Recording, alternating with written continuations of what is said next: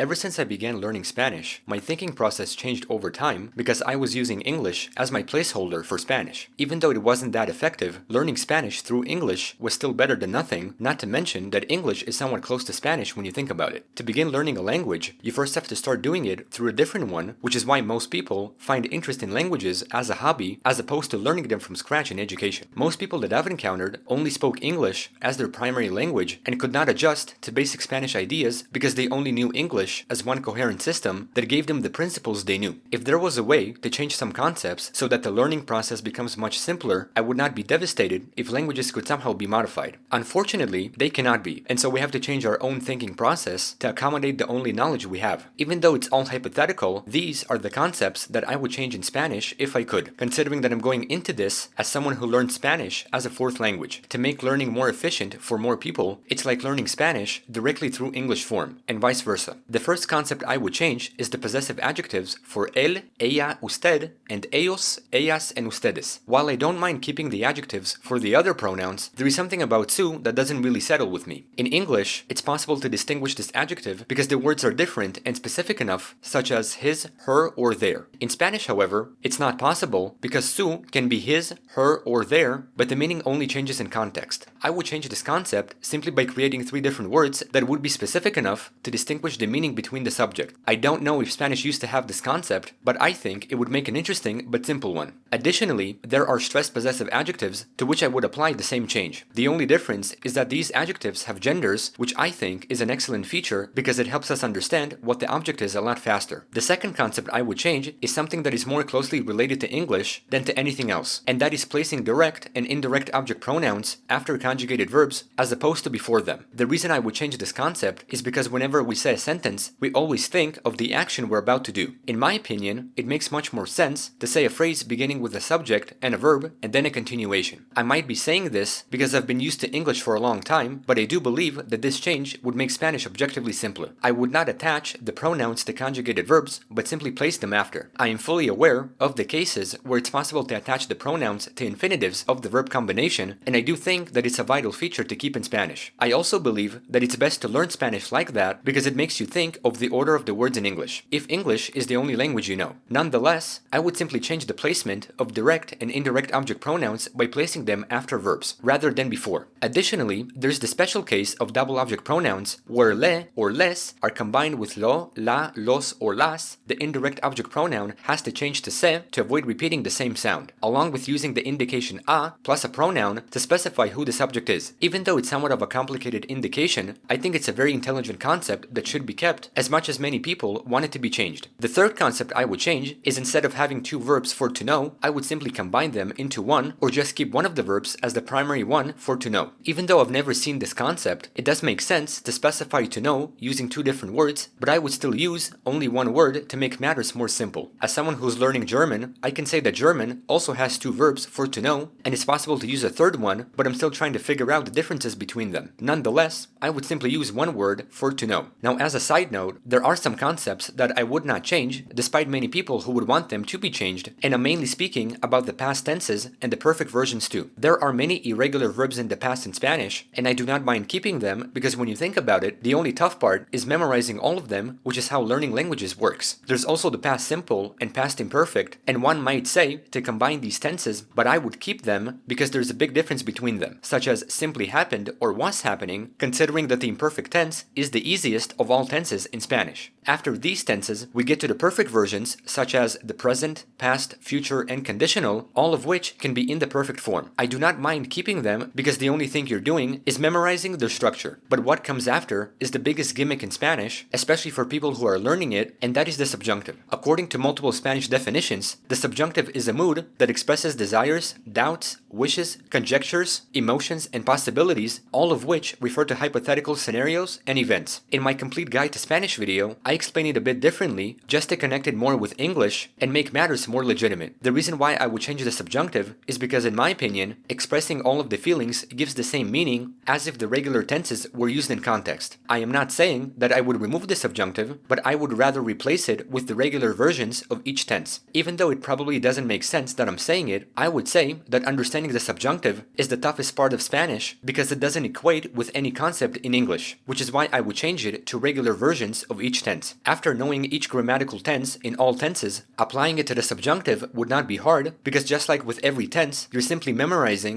different versions of different words. The Spanish subjunctive has 4 of them, and not to say that it's a lot to memorize, but I personally haven't seen all of its forms used very often. Instead of removing the subjunctive, I would simply change all of them with the regular grammatical tenses that there are in Spanish. And that's the 4th and last concept that I would change. For the record, I am not a native Spanish speaker, and maybe all of these changes that I said completely would not make sense in the first place, but I'm also saying it as somewhat of a polyglot. Maybe all of these changes were somehow different in the past, and I'm not aware of them, but regardless, everything that I've said is purely personal. Languages syntactically cannot be changed, which means that we have to change how we think to make our knowledge fit the other knowledge we know. Even though it's all hypothetical, these are the concepts that I would change in Spanish if I could. Thank you for watching, and I hope that you learned something from this video.